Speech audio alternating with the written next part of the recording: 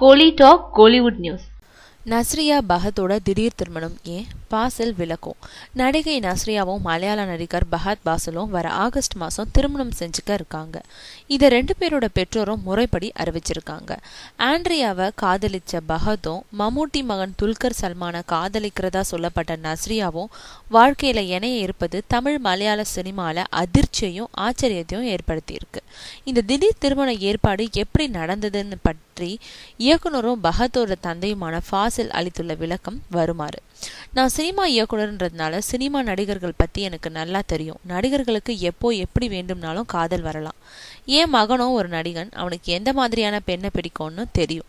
அப்படி ஒரு பெண்ணை நாமே தேடி கண்டுபிடித்து கொடுத்தா என்னன்னு நினைச்சேன். அப்போ என் மனசுக்கு வந்தவர் தான் நஸ்ரியா. அவங்க குடும்பமும் எங்களுக்கு ரொம்ப நெருக்கமானவங்க தான். நானே நஸ்ரியா வீட்டில் போய் பேசினேன். அவங்களுக்கும் இதுல சம்மதம். 2 குடும்பத்துக்கும் சம்மதம்னு உடனே நானே பஹத்தையும் நஸ்ரியாவையும் அழைச்சு விஷயத்த சொன்னேன்.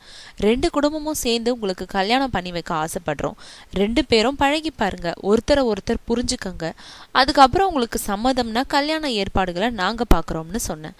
10 நாள் கழிச்சு 2 பேருமே வந்து கல்யாணத்தை எப்ப வச்சுக்க போறீங்கன்னு கேட்டாங்க.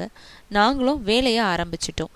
இது நிச்சயிக்கப்பட்ட திருமணம் தான். அதுல யாருக்கும் எந்த சந்தேகமும் வேண்டாம். கல்யாணத்துக்கு இன்னும் 4 இருக்கு. அது வரைக்கும் அவங்க காதலிக்கட்டுமேன்னு சொல்றாரு ஃபாசில்.